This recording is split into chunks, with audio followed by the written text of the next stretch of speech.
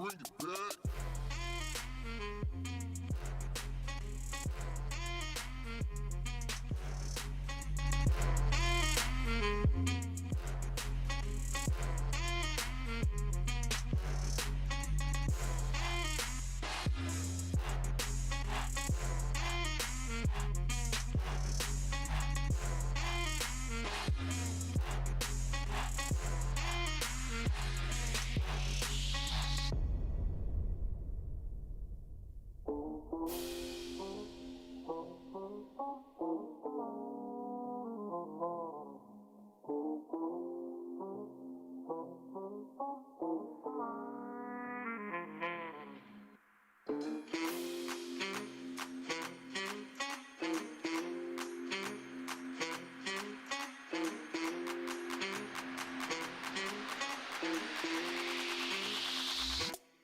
Bring it back.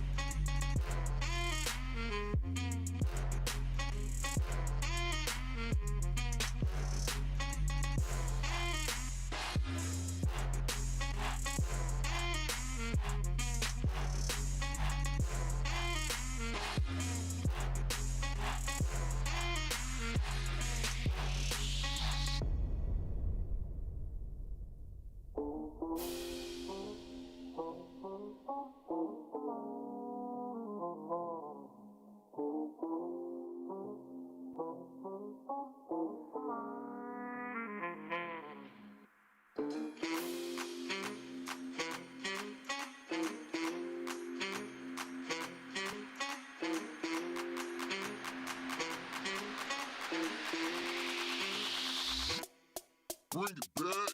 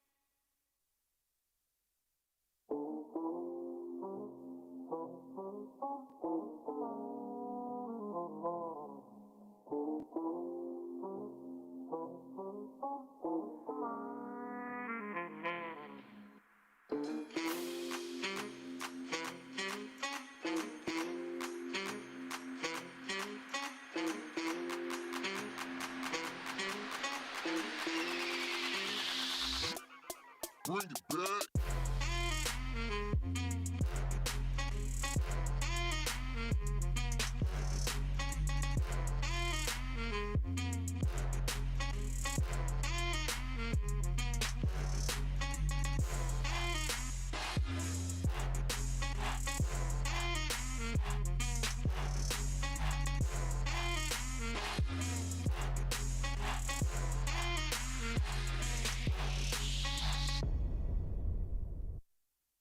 This is very hard to explain because it's a complex technology, but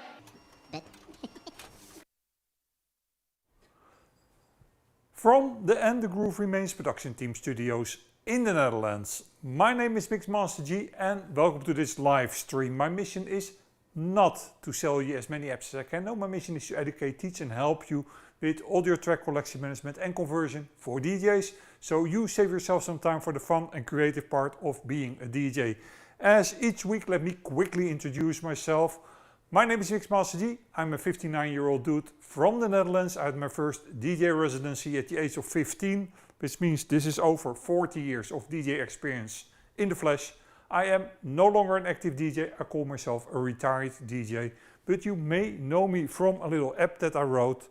And if my Stream Deck is not fighting me today, and there it is, the little app that I wrote. Oh, okay. Bye. The DJ conversion utility that allows you to convert between various DJ software, maintaining your cues, loops, beat grids and all that other good stuff. So if you want to try out something new, you don't have to redo that all over again. This is not the only app I wrote for DJs. I wrote tons of other apps and they are all aimed at making your life as a DJ a little bit easier. Each Tuesday, 7 o'clock PM Central European Time, and that happens to be right now, I host this Ask Me Anything live stream where we talk DJ technology, we nerd out, we have a special guest today and I answer your questions and I try not only to answer them, but if possible I also try to demonstrate it or I give you the link to the appropriate video.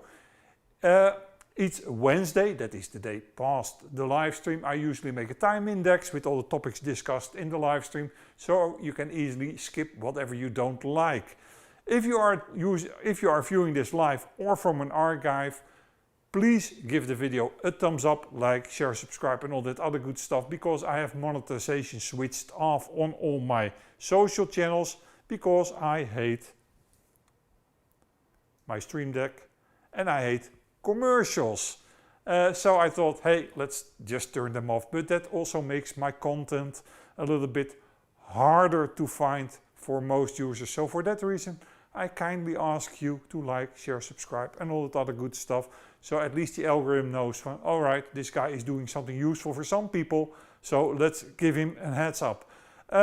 Before we start, let's say hi to the people that are in the chat. Michael Bookings 36627. Can get a chance for have one side for stems. Can get a chance for have one side for stems, one for samples, one for hot cues, and one for play on the ESP32CYD. You are talking about the DJ Touch there, Michael, and I know that you have one. But the problem is the amount of memory in those CYD boards is very, very limited. And for that reason, I cannot easily just add something because there's simply not enough memory. The good news is I adopted a different hardware platform and that hardware platform is right in front of me. Let me switch to that. Here you have it, but let me zoom out a little bit. There you go. This is the DJ Touch Deluxe. I introduced it last week and this unit first of all comes already built, so you don't have to find an enclosure for it.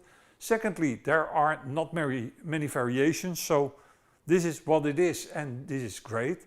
It has more memory, it has a bigger screen. However, it is less responsive, and the reason for that is because of the bigger screen, the processor is busier and it's capacitive touch, which is a little bit more tricky than resistive touch for time elapsed or for time sensitive information.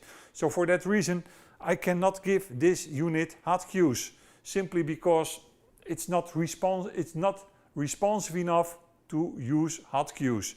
But for stems, it works great, and stems are less timing sensitive than hot cues or a start-stop button. So for that reason, no, this can't have the, it's for stems only and it has stem effects. By the way, talking about this, last week I introduced the Touch Deluxe. I worked hard this week at making a demonstration how it works, what it does. And making the demonstration was a lot of work, only to find out last Saturday that, hey, this unit can charge a battery when it's connected to USB-C. So right now it is running off the battery, but the moment I connect it to USB-C, it will charge the battery automatically. And then I discovered something else, and that's even more important. I can have a battery indicator, and you see that on the lower corner, you see the next to the version number, you see a green 100%. And during the show, it will go down a little bit more. So that's all new in the DJ Touch. I hope to release everything tomorrow or maybe Thursday at latest, but I aim for tomorrow. But the setting up and installation tutorial is not yet finished, which means I have some more work to do for it. And after that is finished, of course, I can go into release, and that will be great again, because it's a great little unit. Let's see, DJ Mod Official. Good evening, Mixmaster G. Hope you are well. Sorry I missed the last few weeks. Late finishes at work. Caught your videos back on YouTube. Good to be back watching live. Good to have you back watching live, Matt. I appreciate you, but I think we will miss some of our usual friends, and that is because the guest which is coming on in a moment, DJ Zimmie, already alerted me. The US is on daylight saving time already, and we in Europe are not. So for that reason, the timing might feel a little bit off for most of you guys. So hey, sorry for that. It is what it is. Yeah. So I think the majority will come much later. Should you, sir? Superb, nice work, Mixmaster G. Hope you're keeping well. I'm doing great, should you, sir. Good to have you with us.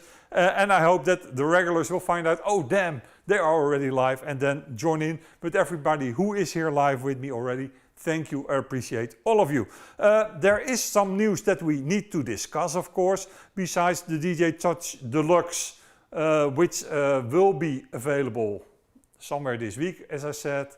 And the demo I made is great. It's just showing all the capabilities of this little unit, even if I combine it with the regular DJ Touch. So don't worry, Michael, I still will support the DJ Touch, because that will remain what I hope the first choice for most. But a lot of DJs didn't want to case the PCB or found it very nerdish, and they just wanted to have a finished unit. This is a finished unit. You buy it as you see it. The only thing that you may have to make is the cable to the battery, and that is more triggery than you may think, because I already fried two boards by the fact that the Chinese did connect the connectors wrong, and I didn't double check that.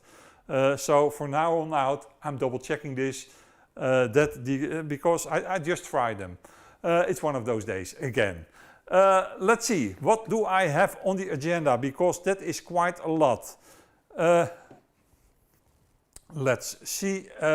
First of all, yeah, we need to talk about, let's start with the simple one.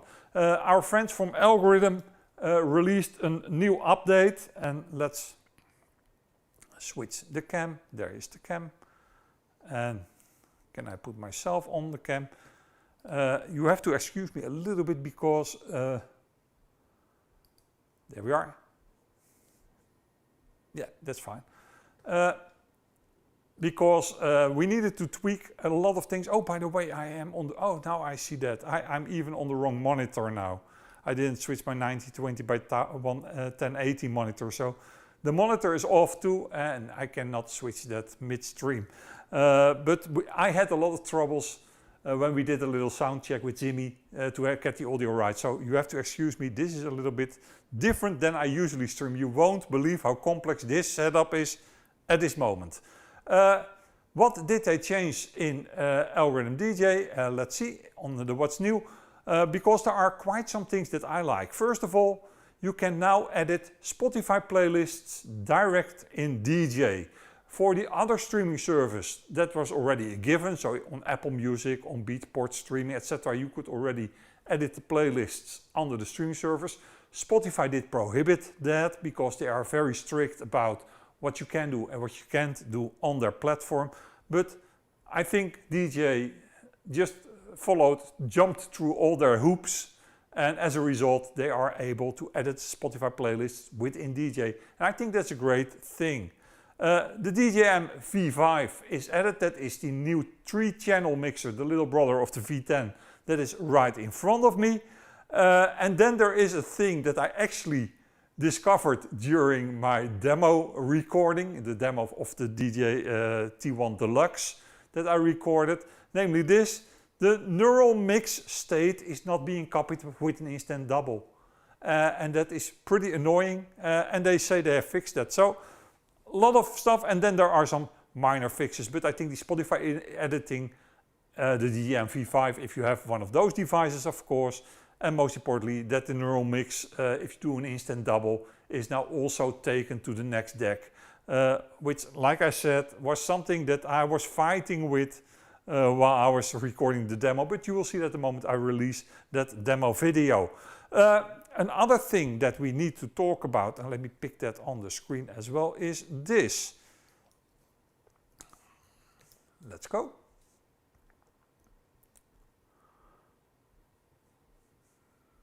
There we are. Let me switch the screen again. Apple released a new laptop, and we kind of touched on it last week because most of it had already leaked. It is called the Neo, and one of the unique features of it is that it has a battery time like forever. One of the least nice things is that, as always with Apple laptops, it is not user upgradable, so the RAM and the drive that is inside is what it will die with, and it doesn't have that much of a choice. You have an 8 GB or I think 8 GB RAM is a given. Let's see if I can find the specifications, because that will make talking about it a little bit easier. Where are my specs? That's a small print. It's still loading. Why is it still loading? Must be a very long. Do I have the Apple Store there then I easily can get, let's do it through the store. Mac, where am I? iPad, no. Mac. And then the Neo, and then we get at the same page again. And I just want to have the quick specifications. Why not? Let's go to the store then. MacBook Neo. There we are. You've got nifty colors, as you can see. 256 gig is standard, and you can update to a 512 gig unit, and the 512 unit comes with the Touch ID. Both have 8 GB, and that is not, as you can see, changeable. So it comes with 8 gig, and that's about it. My thoughts about this unit. I think it should work fine with your DJ software. The power, it is powered by a chip, an A series chip, which is usually used in iPhones and iPads. My worry is that it may not be 100% compatible with all drivers. And let me explain that, because I posted this on Reddit and people stumbled all over me because, hey, Mixmaster G, it is powered by an A series, that is the same as the M series. No, it's not the same. Our architecture is like 95% the same and 5% not. Otherwise there wouldn't be different chips for different purposes. I know for a fact that we can run iPad software on macOS for a long time, because the M series in general is more powerful than the A series. But I don't know of any macOS programs that run on a genuine iOS device. So for that reason there is a difference in the architecture and there's a difference in the chip. And what I'm afraid of is that the very low level system calls, which are required, for instance, by audio drivers, that those might be screwed up. If your devices are all class compliant means you don't need a driver, you'll be fine. And a lot of controllers are class compliant. For instance, my Hercules T7 is class compliant. However, the DJM V10 that is right in front of me is not class compliant, as are most of the 𝗵𝗲𝗃/binary DJ mixers. They are not class compliant. The Rev7 is not class compliant. And I'm curious how well it will behave if drivers are involved. And that needs to be tested. So I ordered the unit, and the moment it's in, you can bet that I will put a thorough test on the MacBook Neo. Until then, I am kind of reluctant to say, yay, this is great news. But if it turns out that Apple did a wonderful job and it is 100% fully compatible with everything that we are used to, then this is great news indeed. And this is going to be everybody's favorite backup computer and maybe even main computer for DJ purposes. But until then, we have to see and wait how that turns out. Then I covered all the news, and that means that I can ask my guest that is already waiting in the green room to join us. Ladies and gentlemen, this guy is, I made a very short list of it because I always am afraid that I forget stuff if I have a guest on. I met this guy first time at the NAMM show many moons ago because he is like furniture at the 𝗵𝗲𝗃 booth. If 𝗵𝗲𝗃 America has a booth at the DJ show, you can bet that this guy is on it. He is also at 𝗵𝗲𝗃 a product planner and is responsible for artist relations. He is in that team. He's not the only one, of course. There are many more of them. He owns a record label these days, and he also organizes his own events and even his own DJ show. People in the chat, put your hands together for DJ Zimmie, and then I have to get a little bit tricky like this. That was Zimmie, and there goes Zimmie. Let's do that again. Oh man, this is like I do this for the first time, right? But at least I can hear you, buddy. Hi, hey, what's good to going have on? you with. Thanks for having me. Yeah, you're more than welcome, my friend. We always have a lot of fun at the events where we met. I have to figure out. Oh, hold on, I did not switch my cam. Let me switch my cam. Like this. Yeah. See, that looks a lot better. It's like I'm doing this for the first time. I'm always honored because Zimmie introduced me to his fellow 𝗵𝗲𝗃 America's team as the Dutch Drew. And I told Drew about that, and since that day we call each other brother from a different mother. Obviously, for those of you unaware, Drew is Andrew Bach, one of the product designers with 𝗵𝗲𝗃, and basically the Dutch mix, or the American mix master G. He's a nerd like me. If we go out to dinner, we talk about XML files, CYDs, ESP32s, and stuff like that. And we have a wonderful, where everybody else is talking about beer and big tits, we talk about technology, and we have a wonderful time together. Yeah, I was named by this guy, by DJ Zimmie, the Dutch Drew, and I carry that name with honor. Because I'm honored by it. Good to have you with us, Zimmie. For those of you who don't know exactly who you are, because they never went to an American DJ show, for instance, can you quickly introduce yourself? How long are you in the DJ game? And let's start with what brought you to the DJ game. What made you feel like a DJ? Musically, I actually started working with bands in high school and out of high school, and tour managing and whatever. And then I actually ended up working a job with a DJ, and we would just have like music conversations every day. And one day he was literally just like, "You got to get in. You got to start DJing, man. This is a little over 20 years ago." So I did a ton of time in the club world. I did a bunch of private events. I had my own private events company. I did a bunch of stuff for like Red Bull and Scion and all these brands in the States when they were doing that.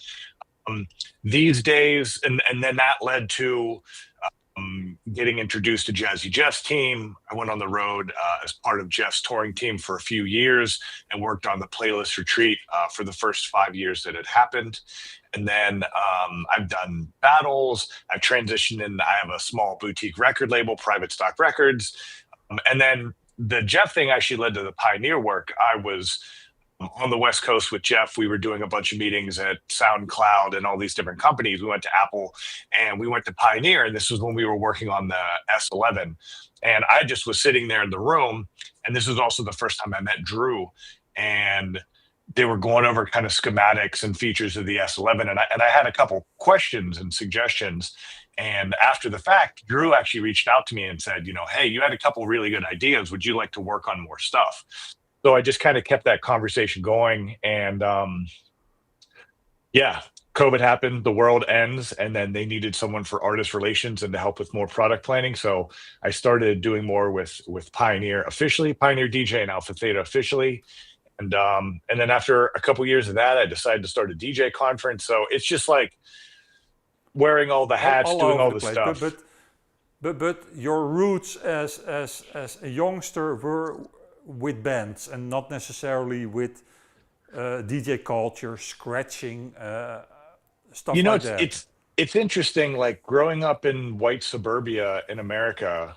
First off, I was just a rock kid. My dad was into like rock and Zappa and like all kinds of crazy stuff.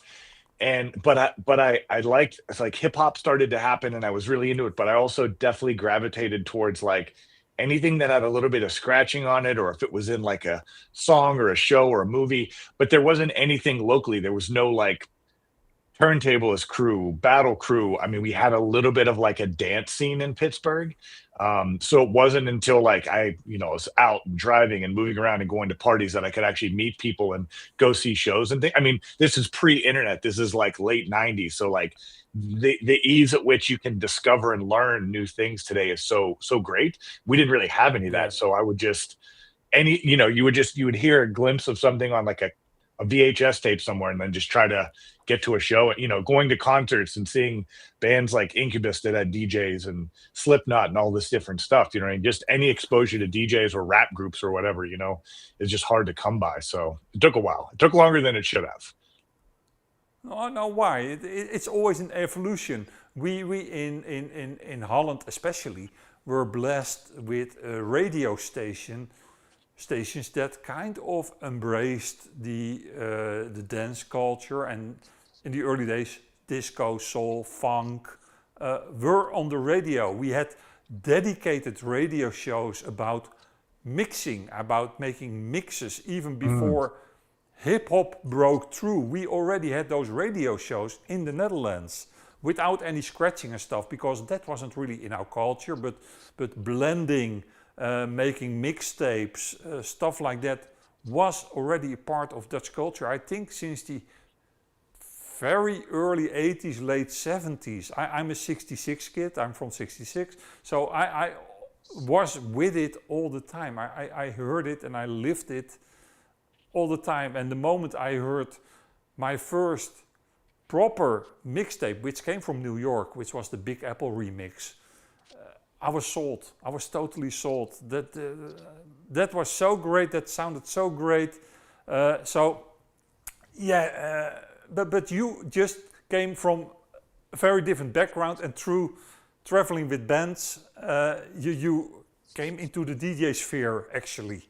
Because I just like to be at the show, it's like if it's happening and I can sneak in somehow, if I have to sell shirts or move gear or whatever, I'm just trying to sneak in. So I got you. By the way, hip hop is your thing, because you made a few mini documentaries or one mini documentaries about a few episodes about hip hop culture, which are great, by the way. They're on YouTube, are they not? Yes. So I've been just filming and capturing things for a documentary I want to make about the history of DJing, which is kind of all of the styles of DJing. But Pioneer wanted to do something for Hip Hop 50, so I worked with my partner Kevin Kerslake, and we made a 3-part mini series about the importance of the DJ in the 50 years of hip hop and how they helped, the music and the techniques and everything evolve. So you can watch that on Pioneer Alpha Theta's YouTube channel. You can also go to the djdocumentary.com and there's a link to it. If you have any issues finding it, let me know. But that was just super fun to just like nerd out with people that at one point were, idols or I just looked up to, and just kind of get them to give me their behind the scenes of like, them coming up and how those things develop. So it's just been a kind of a wild ride. All right. Well, I've watched the episodes and I love them. They were too short for my taste. I like. Oh my God. I have hundreds of hours of footage. It's just about getting it into something digestible, Shoot You Sir is asking, can we have the link? I will put the links in the comments in the video tomorrow. So don't worry about that. I'll get you there. They are on the Pioneer DJ or Alpha Tet. I don't know. It is so confusing because, first of all, how do we pronounce it? Alpha Theta, Alpha Theta?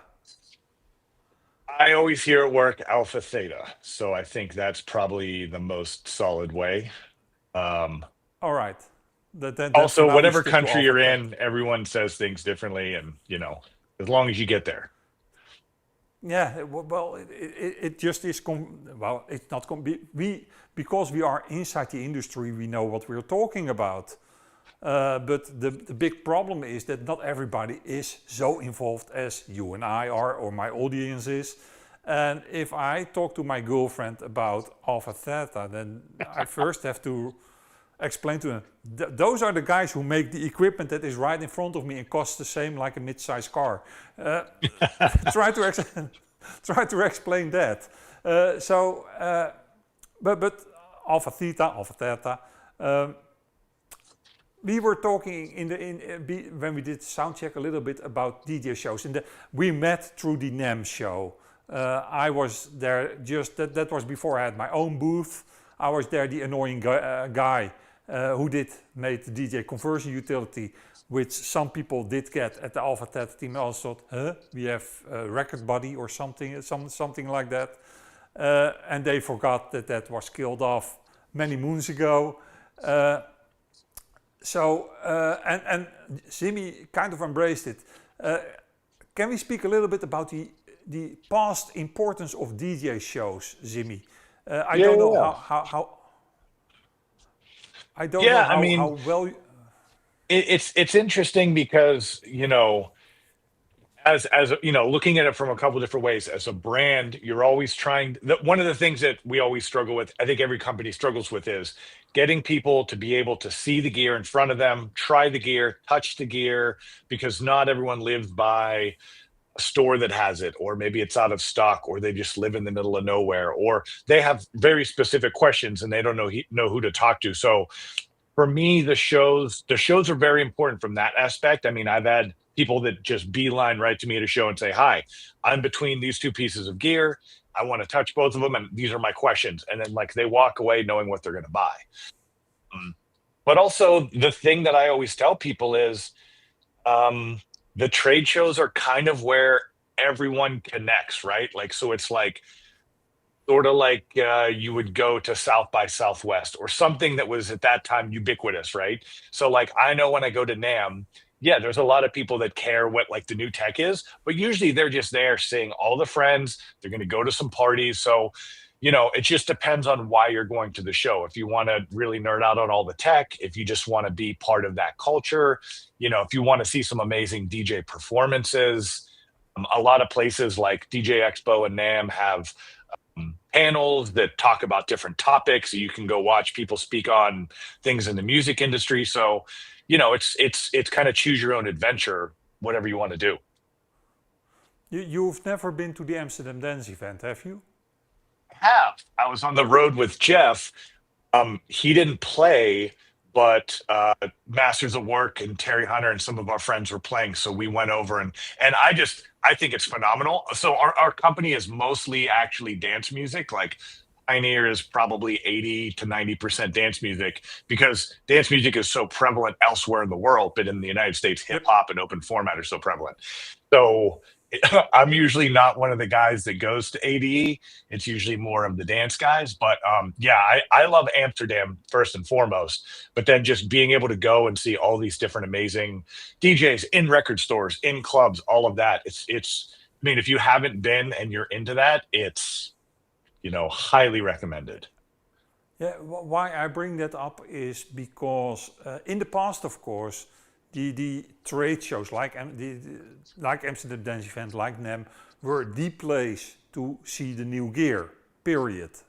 And also the place to network, because Amsterdam Dance Event's history is a network event. It was a network event from the IP organization that collects all the fees for the artists in the Netherlands. That organized Amsterdam Dance Event for the very first time because we had so many international DJs.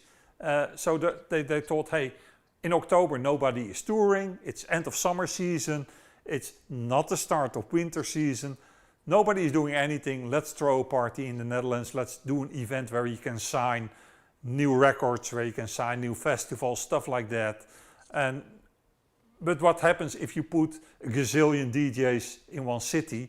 They start parties because, hey, we are not only here to sign a boring record deal, we are here to see our buddies. And that's where the whole festival party thing around Amsterdam Dance Event came. But it was first and foremost a networking event for the industry, an industry insider networking event.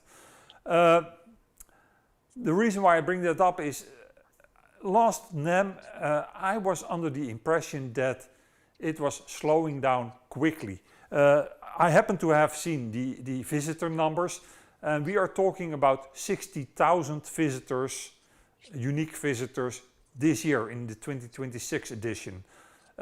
Before COVID, we were talking about roughly double that number.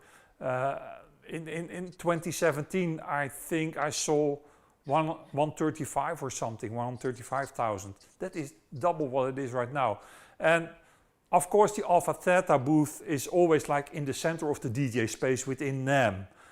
So from a point of view from the 𝗷𝗲𝗃 booth, I can imagine that you think it's pretty busy over here. But the moment you step outside of the area around the 𝗷𝗲𝗃 booth, it was kind of quiet. What is your opinion? Did you observe the same thing, or was that just me being in a bad spot? No, we talk about this internally a lot, just how the show went, how all of the shows are going. We get feedback from other, we have a lot of friends that work at partner companies or whatever. It definitely felt slow. I mean, I think it's what do they say? Success has many fathers and failure has none. So people are always looking for why something is not doing well, but never why it is doing well. And I think a lot of times too, it's, there's financial aspects. DJs have to get there, getting to California. I mean, NAMM is across the street from Disneyland. So like, it's not the cheapest thing to get out there and stay and all of that. But also, companies like, they're the business people, the bean counters at every company look at, okay, how many people are we going to send? What are we working on this year? I mean, we're dealing with a lot of that in the States right now. Like you had showed the new MacBook, like we're dealing with tariff stuff. We're dealing with the price of memory. We're dealing with all these things. And all of those things go into a big equation to make sure a company can keep running. So when you talk about going to a trade show and how much you're going to spend on the trade show and all of these things, it's like those are all factors. So short answer is yes, it definitely felt lower than previous years. But there's also, if you look at just the United States, the economy, what kind of money DJs are working with, disposable income, I mean, all of that stuff factors in. I'd be interested to see what ADE looks like this October, like if that feels light or if people are like, nah, Europe's fine, like let's go, I can tell you from there are two perspectives, because ADE is not strictly an industry event anymore. It is basically a party event. So it draws 500,000 people to the city of Amsterdam, those 3 days that are ADE. But most of them are not there to sign contracts, or most of them are to party. So I would love to see the numbers if you filter that out, what will remain as industry insiders visiting them, but those numbers are not available. So and it will always feel crowded. It's always, you made an excellent point. It's how you interpret the data, right? So there's just the number of attendees, but then it's like, what demographics, what age groups, who's there from what industries, why are people there? That's actually more telling to me than just like raw numbers, like this many people showed up. It's like, okay, how many people were here for what reason? You know what I mean? Well, my personal complaint about Amsterdam Dance Event, and I can say that because I'm a partner and I talk to them directly as well, is that they kind of leave the DJ culture behind. And what do I mean with that? Sometimes DJs just want to talk DJ gear and not necessarily DAWs or production gear or stuff like that. But because the roots of Amsterdam Dance Event are with the production side of music and not necessarily the performance side, that is often taking a back step from the production side. And then, of course, they have a long list of all kinds of woke topics that they want to discuss. How to make your festival greener, women in DJ culture, which are important things, of course, which truly are important things, but not necessarily the thing that you want to hear from a DJ event. So that is my complaint, the lack of DJ culture and the lack of specific masterclasses and just panels that goes about DJing. I remember to be sitting in one panel where Jeff was at, where Grandmaster Flash was at, where A-Track was at, where Laidback Luke was at. And that was a great panel because all they did was talking DJ stuff.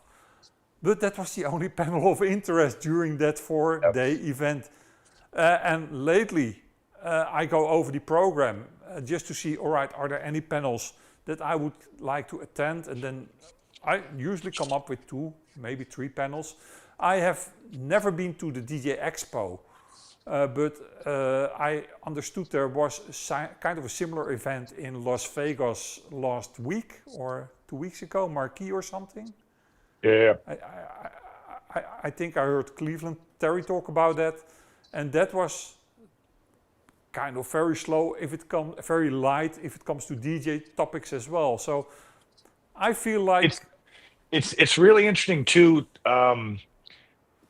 You start to get into the business side of things in the sense that you know, you have to have sponsors and money to make things happen. And sometimes the sponsor says, well, okay, part of me giving you this money is we need to sit on a panel. And then they kind of dictate some of the programming, which is not really the best.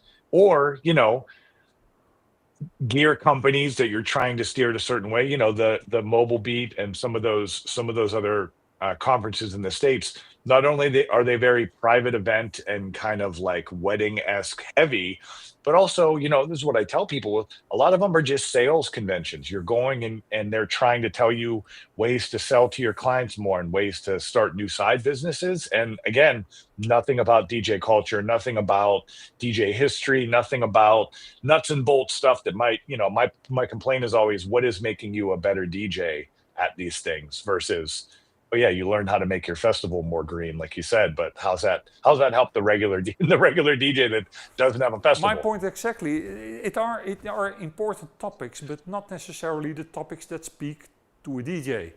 By the way, we've got a question from Sutju Sir. What ID would you suggest for the S11 successor? By the way, you kind of did give input on the original S11 design, right? Yeah, I worked on the S11, and I've kind of had my hands on a lot of products since then. So if you're using anything in the open format or hip hop world, I've probably worked on it since then. You know, we're in a very interesting time in tech, as far as music tech. We're always trying to figure how to, you know, I had this conversation about eliminating the weak points. So like we came out with the Cross 12, the hybrid turntable. So we were trying to get rid of the needle and trying to get rid of things like that. So I think right now we're looking at what is the weak points in an open format mixer? Where can we kind of streamline how people, you know, because things change even in terms of performance, how people are using our gear to perform, and how do we need to integrate our gear with other pieces of gear we make, or if someone's doing live production or live remixing, you know, how to make things more stable and durable. You have DJs that are playing outside in the sun and all this crazy stuff. So I'm very intrigued in how people are integrating AI into certain products. I know we're trying to get rid of laptops as much as we can. And that's kind of a big focus for us, getting DJs on sticks, getting some of this gear to be more stick friendly. So I can't get into too many specifics, but we're working on, you know, and also just sound quality. I mean, one of my biggest conversations with DJs that are looking to upgrade their gear and they're kind of on the fence, I'm like, if you are playing on a piece of gear that's 8 years old and somebody is on a piece of gear that's brand new, they sound so sonically so much better than you do. So we're always trying to just make everything just sound good. And, you know, a lot of people are getting into Atmos stuff and Dolby stuff, and just, you know, what you can do in that arena is crazy right now. So just kind of baking all that in. And also we listen to everyone's suggestions. Like, we have just sheets of thousands of suggestions from DJs. What's feasible? You know, what do we think will really add value to the product? I think, and then we are going to talk real tech. There are essentially two things missing from CDJs right now. And you can guess them already, but the first one is proper real-time stem separation. And the other one is proper fluid beat grids. Mm-hmm. Yep. Those two things are notoriously missing from standalone gear in general. Of course, Denon with their ecosystem kind of have stems, but I was listening to you being a guest on the Road podcast, and those guys mentioned it. What do you say about the Rain System 1 that has stems? No, it doesn't have stems. Your computer separates the stems and it can handle those files. Yeah. And that's something entirely different than somebody walking up to the booth with a USB that is just having some music and say, all right, and now I want to have the stem. Those are two different things. It doesn't have stems. And the quality of those stems compared to those of Serato and Algoriddim DJ and even Virtual DJ is not very good. By the way, I did some testing because I made that little portable unit. And for that reason, I am with my head into stems in all DJ software all day, all the time. Virtual DJ and Algoriddim DJ by far have the best stem separation, period. Traktor is a close second, Serato a third, and then a long time nothing, and then we've got Rekordbox and Engine DJ. And just if anybody's watching it and they're wondering about that, it is a question we get a lot. So processing power is basically the short answer to everything.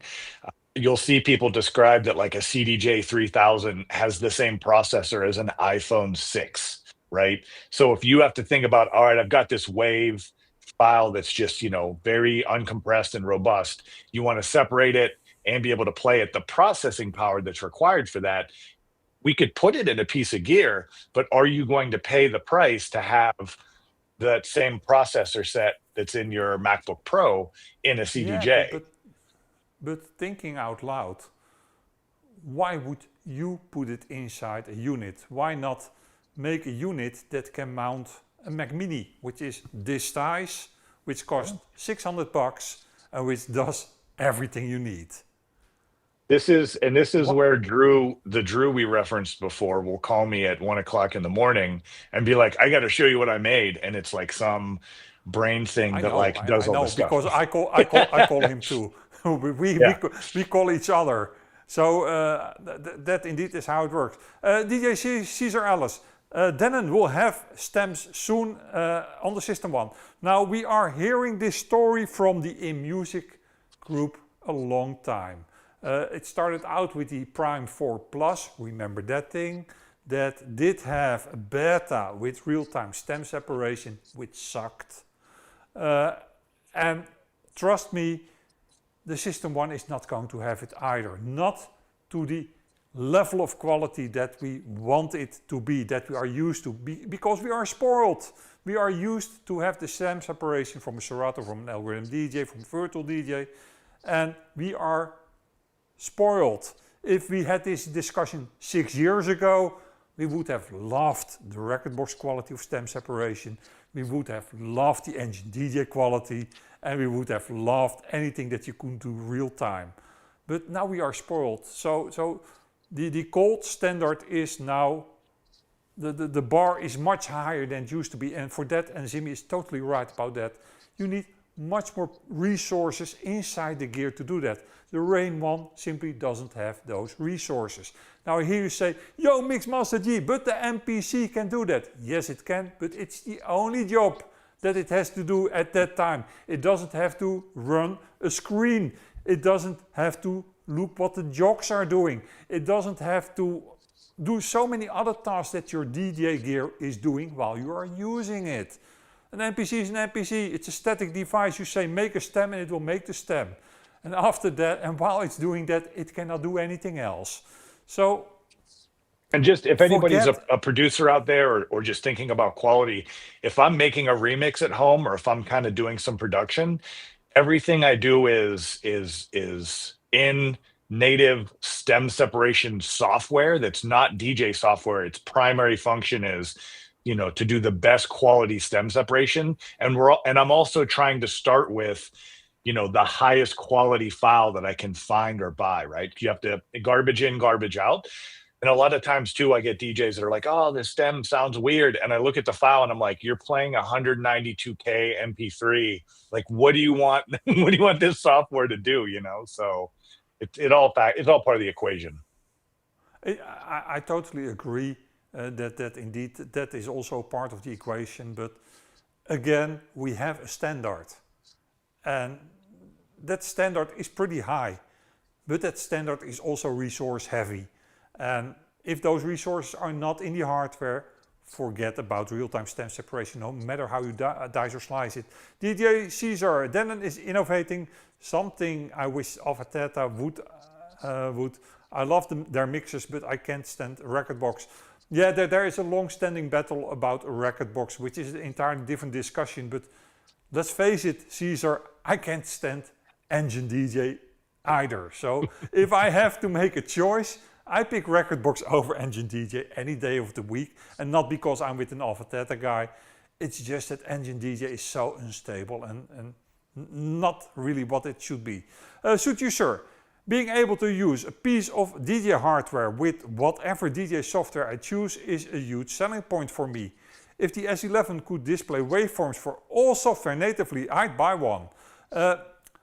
Yeah, but that is also the problem, because you must imagine that display that is inside an S11 is not like an HDMI standardized display that is connected to a VCR or to your computer.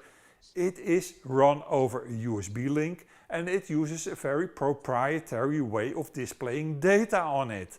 And for that reason, whatever software you are using must have kind of an API, if you like, a way to talk to that display in the format it understands.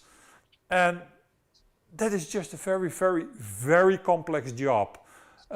Notwithstanding that, of course, we now have Algoriddim DJ on iOS.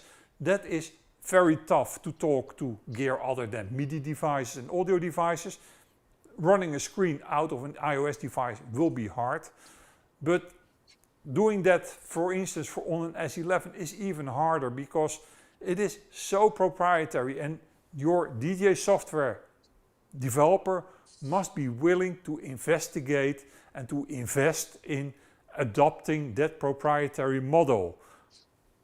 And that's the whole story. That is the reason. Another side of that coin that I always try to tell people, because I get people that have, you know, hardware and laptop, you know, issues.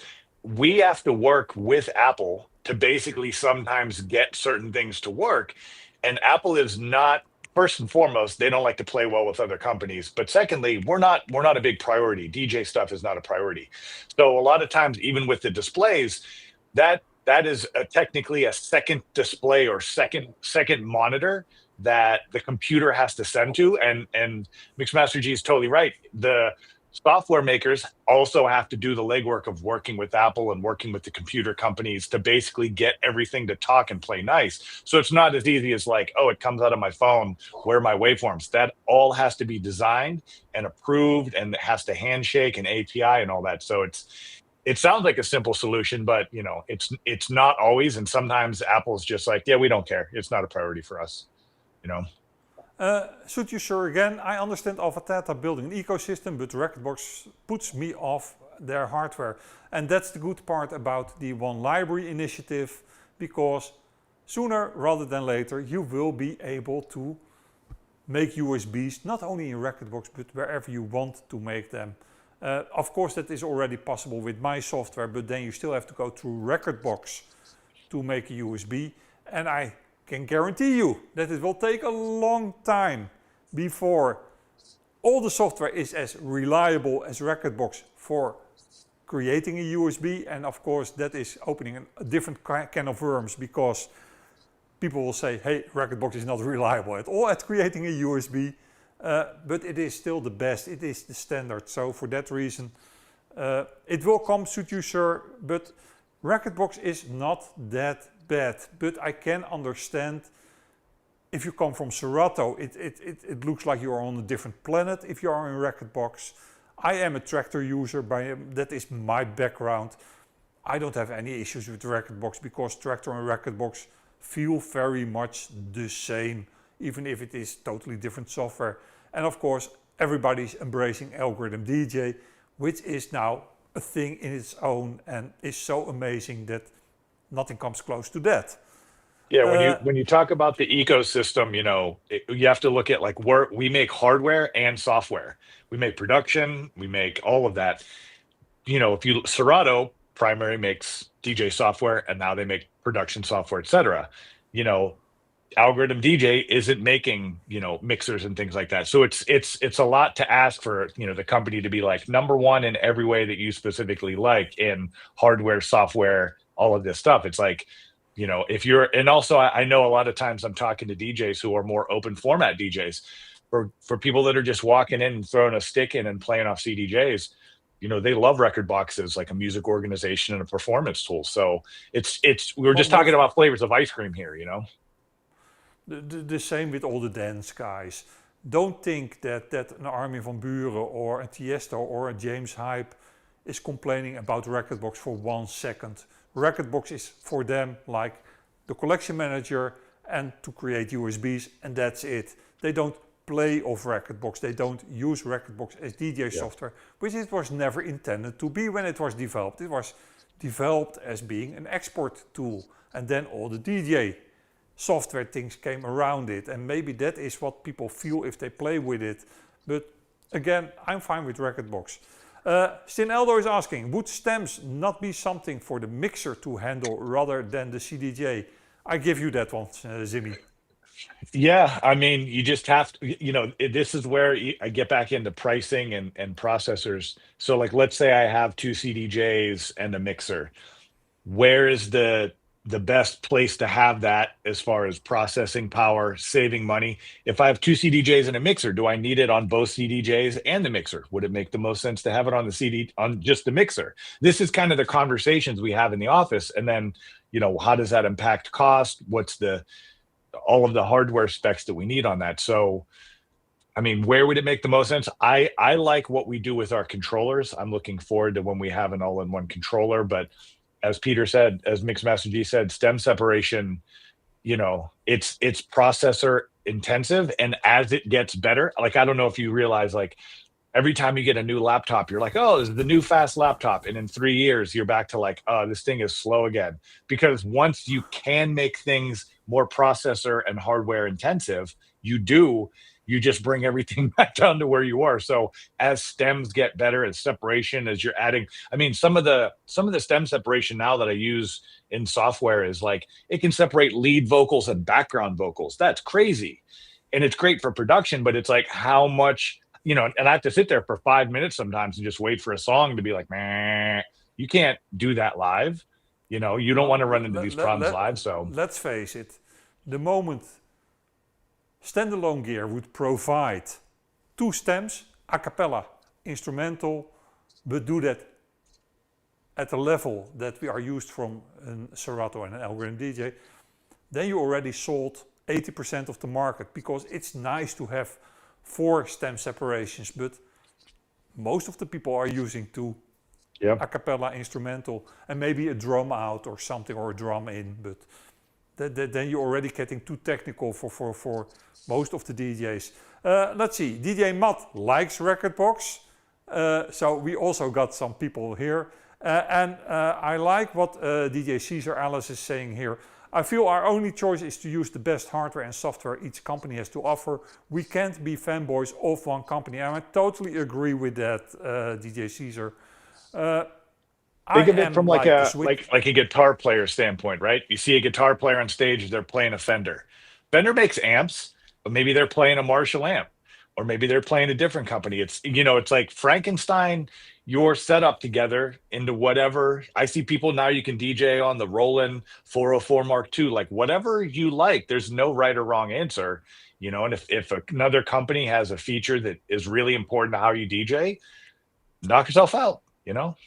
Yeah, totally agree. I always say I am like the Switzerland of DJ, of the DJ industry. I am not in bed with 𝐷𝗵𝗿𝗏. I'm not in bed with music. I'm not. But I speak my mind. I don't filter what I say, because I'm totally independent. I can just give my honest opinion, and that doesn't mean that is the total truth. Because hey, who am I? I'm just a guy from the Netherlands. I'm not the almighty. So, but it's my opinion, and usually my opinion are founded in facts, and I can defend those facts. But if somebody tells me something different, then I'm happy to change my opinion. My background is in the financial markets. I made my fortune in the financial market, and we have one saying there that is, if the facts change, I change my opinion, because as an investor there's nothing worse than being stuck into your own thinking and in your own mind, and not being able to go with the tides if the tides change. And that's exactly this as well. Just take whatever is best. And indeed, like Zimmie says, Frankenstein, your own setup, the way you like it. There is no right, there is no wrong. And 𝐸𝐳𝐳 is happy with the explanation. That's what we do here, 𝐸𝐳𝐳, but you know you're a regular. Let's talk about your event. Yes. Can we call it? Do we call it a show? I've been calling it a conference. I don't really have the you know, whatever works. I basically started going to a bunch. So just a little side note, my day job is in event and experience design, and we do cultural campaigns for brands. So we were actually the team that for the first 5 years worked on the playlist retreat at Jazzy Jeff's house. And I just kind of learned how to put things together there working for that team. And I started going to a lot of DJ shows and DJ conferences for work, and I was pretty disappointed. And I just said, you know, someone will figure it out. Someone in here is going to something good. What was it you were disappointed with specifically? Kind of like what you were saying about certain, you know, events you go to where you think the panels and the programming is not really impactful. Like I was kind of leaving without feeling like had learned some things, or I had some questions about my career that I needed to like figure out, or I connected with a bunch of other DJs in a way that would lead to like, you know, building on things in the future. So just the way things were structured, like, you know, and questions we kind of always ask ourselves at work about, you know, how to make sure the client feels like what they got was what they wanted. So after, I don't know how many years and how many shows, I decided I'm just going to try one. I was already working at Alpha Theta. They're like, hey, we're looking for some stuff to support. So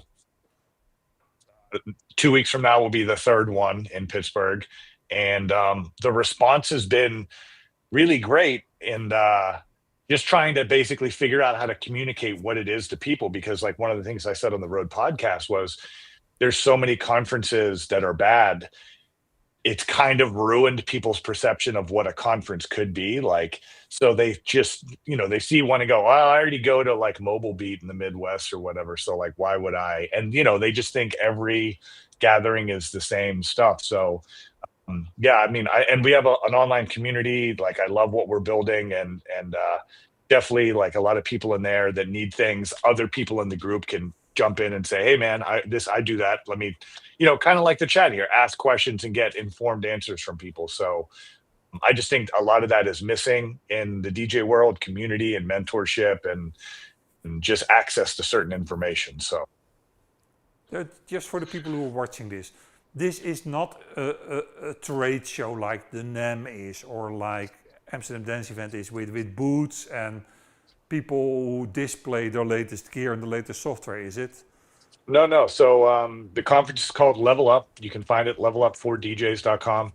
And the curriculum is basically, Pioneer Alpha Theta is a sponsor. So we will have like all the new gear there. We'll go over that. But like Serato is a sponsor. So this year we'll go over any changes to the library. We came out with a piece of production hardware called Slab with Serato. So we're going to have a whole Serato studio production session. And then we're going to do some group work, letting people kind of like make their own remixes or whatever they want to make. We do financial literacy components. We do mental health components. We do a lot of breakout group work where I kind of force people to work with people maybe in different fields of DJing or different generations to kind of bridge those gaps. And then, there's people on site selling records. There's, we have 𝗏𝗏𝗏 this year. He's going to stream Tuesday Morning Coffee live from the conference. Like, night, we have parties because, you come watch Rich Medina speak and you're like, oh my God, blew my mind. But then you get to go hear him perform at night. And it's also a thing that a lot of people might not get the opportunity to do if Rich weren't coming to their city or somebody wasn't coming to their city. So just trying to give people just a wide spectrum of DJ experience that they can go home with and be inspired and have questions. And then if they need something, they can just reach out and say, hey man, I was there. I'm trying to figure this out. And like, let's get some people working on it. How do we help you? So would I be correct to say that this is kind of like the playlist retreat that Jeff is organizing, but then with a lower barrier to entry, because this is for the common DJ who still can get that great experience with sharing information with professionals and getting insights that are actually actionable for them, instead of talking about topics that they may have already known or are of total non-interest to them. yeah, I would say it's similar. It's very accessible to anyone. Anyone can come. And to your point with the topics, I've watched panels at shows where it's a bunch of legendary people talking about things, but it's kind of in a way that doesn't apply to whoever's in the audience. Like it's cool that you're telling me about this crazy thing, and I love it and I love hearing about it, but like that doesn't help me, if I DJ Thursday, Friday, Saturday in my town. So we try to make sure everything is, there's going to be some star factor and some wow factor, but also, ask a question to this guy about how he could apply that information to what you do in your own personal career. So just trying to make it like, you want to have, I always tell people, you want to leave with as many answers as you do questions. Well, when is the Level Up exactly? Level Up Conference is Sunday, March 29th, and Monday and Tuesday, the 30th and 31st of March. We do programming all day during the day. I feed everyone way too much food from Pittsburgh, all my favorite stuff. And then at night, we have parties in the city with DJs from around the country. 𝗏𝗏𝗏 will be headlining a party. If I throw in some surprise guests, if I can. People usually get a ton of great swag. I provide everybody every year, whatever financial book I'm reading that's my favorite, everyone gets a copy of that. And we get some goodies. Last year, everyone got the full Serato studio suite from Serato for a whole year. So like, you go home with a bunch of stuff and you're like ready to cook. So, and we always do giveaways. People send in. There is a goodie bag that's worth it. There's goodies coming in from our friends, especially ones in other countries, that will end up going home with some people. So it's a great way to kind of see all those new little toys as well and try them out and take them home with you. So yeah, if you are going to attend the Level Up the event, There will be some DJ touchers there around, and I think Zimmie will keep one for himself, but he can give them away if he likes. So, You know, it's like Santa Claus. If I could just put a smile on someone's face, you know, I know the source. I can get them from the source if I need to. So yeah, sure. That's and having 𝐥𝐻𝗵𝗃𝐻, of course, is legendary, especially for the open format guys, because that guy is so amazing, not only technically, but also his knowledge about music. I thought I knew a thing or two about music, but this is the guy who knows the sleeve of a CD from the top of his head. He knows who played the horns on a Stevie Wonder album from decades ago. He knows who produced a particular track on it's ridiculous. and he'll just be there hanging out, participating. You want to sit next to him at lunch and talk to him. There's no egos in the situation. If you want to kind of see what it looks like on the website, we've got recaps from the past 2 years. We also posted the whole conversation with Shortcut about having a stroke and the history of the Bay Area and like getting into the invisible scratch pickles and all of that. So, and again, if you have any questions, hit me. Even if you don't make it, you can just hit me. And I try to answer all the questions people ask me online, because why gatekeep information if it can help somebody, you know? So I'm all for it. That's why I do this live stream, to share the knowledge and hopefully to give DJs answers to questions they have. And that's the vibe I get from the Level Up conference as well. It's just to empower DJs more wherever possible, and maybe not in the most obvious way, but with things that really matter to the culture. Yeah, and I'm a firm believer. I design my programming. We do an intake questionnaire every year, and I provide those answers to the financial people, to the mental health people, to the production people, to anybody who's got a panel or we're doing something, and I read them all myself. I design the programming based on what attendees want to learn or need help with. So like if everyone one year is like, I can't bake chocolate chip cookies, there will be a panel on how to make great chocolate chip cookies. I don't, you know what I mean? Like this is what you guys want to learn, not necessarily what I want to tell you. So that's a big thing, I think, too. And I happen to know that the people you invite to take place in these panels are specialists. It are not people that say, oh, I know a thing or two about mental health, I'm going to sit there. Yep. These are the people who are real specialists in the field they're talking about. And for that have the credibility to really share knowledge instead of just telling nice stories. Yeah, exactly. So, and I'm happy to be able to know some of these people, like, or if somebody wants to learn something, I try to find someone that is, you know, credible and experienced, and not just like, my buddy does that, and like he's not, doesn't work there. It's like we don't need any more of that. We need professionals. So, yeah, sure. Okay, guys, if you got a question for Zimmie, please put it in the chat. Because I have covered everything that I wanted to cover. And I always say this, my streams are as long as I have material to talk about. It's not like I'm here just to keep the stream live. So as long as there are topics that we need to discuss, I'm here for it.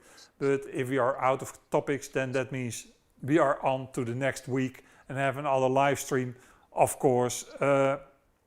You know, my high school English teacher used to say that a book report should be like a skirt. It should be long enough to cover the subject, but short enough to keep it interesting. So I kind of feel the same way about live streams. Yeah. As long as you have something meaningful to say, it's fine. If not, then just stop the live stream. Which means we are going to close the live stream, but not before I've thanked my good friend DJ Zimmie. And I hope you have a very great conference, buddy. But I already know the people who are coming and the people who are involved. So that will be a great conference. And Thank you for helping. guys, if you are in the neighborhood, see if you can attend it. It's in Pennsylvania, if I'm not mistaken. It's in Pittsburgh, Pennsylvania. We've got discounted hotel rooms. All your food is covered. The problem is always travel, because I already sneaked it up last year to see, all right, I am here in Amsterdam, how can I go? What? 3 step overs? No way. No way. I'm not. Yeah. And also, you know, if you're tax savvy, if you're a DJ and your accounting game is good, it's a write-off. You know, your tickets a write-off, your travel's a write-off. Don't forget that. This is part of your career. So Yeah, but then I always have to say, you can only write off if you earned the money. I will give everyone here I've $1. got great stories about guys buying DJ gear, literally buying the most expensive DJ gear, and that I asked them, where do you buy that from? Yeah, but that is from the write-off money. Yeah. And they think that there is some kind of virtual bag that contains the money and you have a choice to give it to the tax institution or to the government as a tax, or you can buy equipment. It doesn't work that way, folks. Yeah. It is not a one-on-one. Yes, there are tax deductions if you invest in new stuff, but it's not like if I buy my CDJ 3000, I don't have to spend that money on taxes. You still have to pay the taxes. So write-off money is kind of a very difficult situation.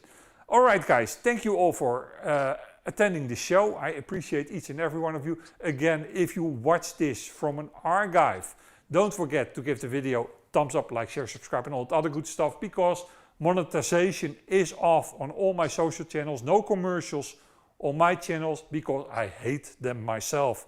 And if I look what YouTube is paying me for those annoying commercials, then I say, let's get rid of them, because it's not worth the bother.